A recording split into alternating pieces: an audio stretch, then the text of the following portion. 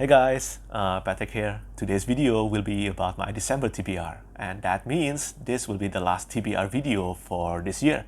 I can't believe that it's been almost 4 months since I started this channel and we're nearing the end of the year now. Your support has been very tremendous and very important to me. Thank you so much for everything. And in December, I don't usually read a lot of books. I usually use December to catch up on gaming and other stuff like watching movies or television show or anime. Especially because my gaming backlog has been equally worse, like my book TBR. I haven't played Ghost of Tsushima, I haven't played Sekiro Shadow Die twice, I haven't played Final Fantasy VII Remake. Seriously, what the hell is wrong with me? I haven't played Nier Automata, I haven't played Devil May Cry 5. There's still so many games that I want to play, and I hope I will have the time to catch up a bit. That being said, I do plan to read about 5 or 6 books this month. And the first book that I plan to read this month is The Martian by Andy Weir.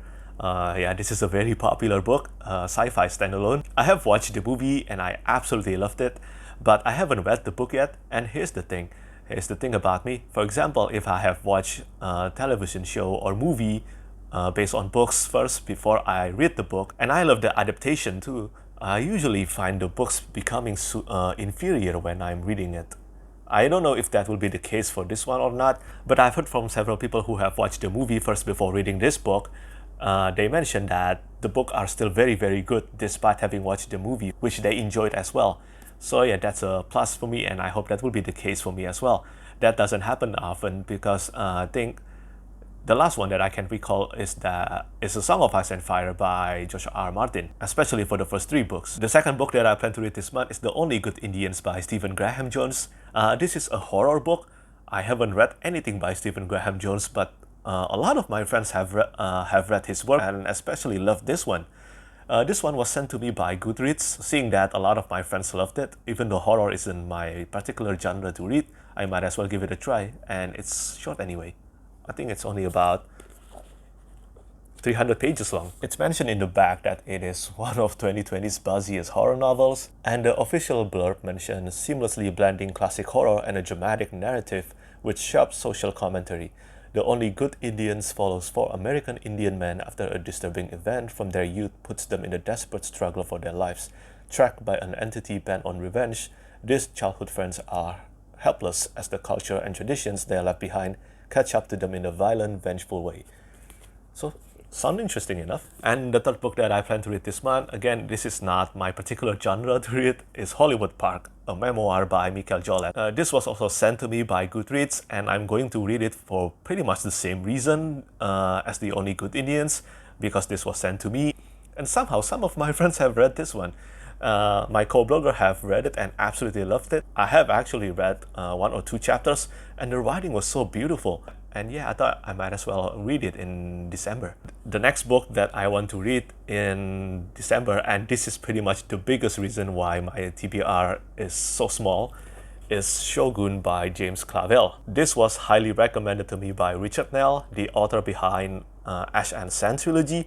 But besides that, a lot of fantasy authors have mentioned this to be one of their favorite books of all time.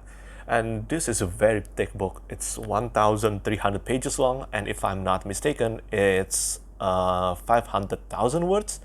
That means this will be the biggest novel I've ever read, if that's true. Before this, the biggest novel that I've ever read was the Stan Uncut Edition by Stephen King. And I'm definitely looking forward to this one. It's Asian-inspired historical fiction standalone. And look at this book. This edition is so gorgeous. And the 5th book that I want to read this month is Dragon Mage by M.L. Spencer. Dragon Mage harkens back to classic epic fantasy, and it will be released in January. I have received an advanced reading copy of this one, and I'm looking forward to it because I always love classic epic fantasy that's told in a modern narrative way. And the cover art is so gorgeous. This was one of the biggest reasons why I want to read it. M.L. Spencer is mostly known for her grimdark fantasy series, the Ren Wars saga, and I think this one is her first epic fantasy.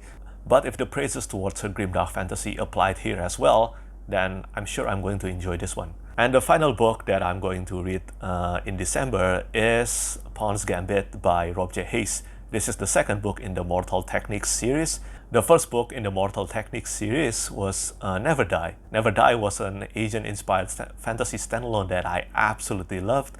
And Rob has mentioned that Mortal Techniques will be a series consisting of standalone books, but usually I always end up reading them all in publication order anyway. But yeah, I absolutely love Never Die, and I hope I will love Pawn's Gambit as much, because in my opinion, Never Die is still Rob J. Hayes' best work so far, and I hope this one will top that. And that's all in my December's TBR. Let me know what you're going to read in December. Do any of these books sound interesting to you? Have you read any of these books? And before I end this video, I just want to let you know that I will be posting my Q&A videos. It will most likely be divided into two parts because I received more than 50 questions from you guys. Thank you so much. I truly appreciate it. I hope to publish it either next week or the week after. We'll see. And that's all from me today. Thank you so much for watching. I hope you have a lovely day. Bye-bye.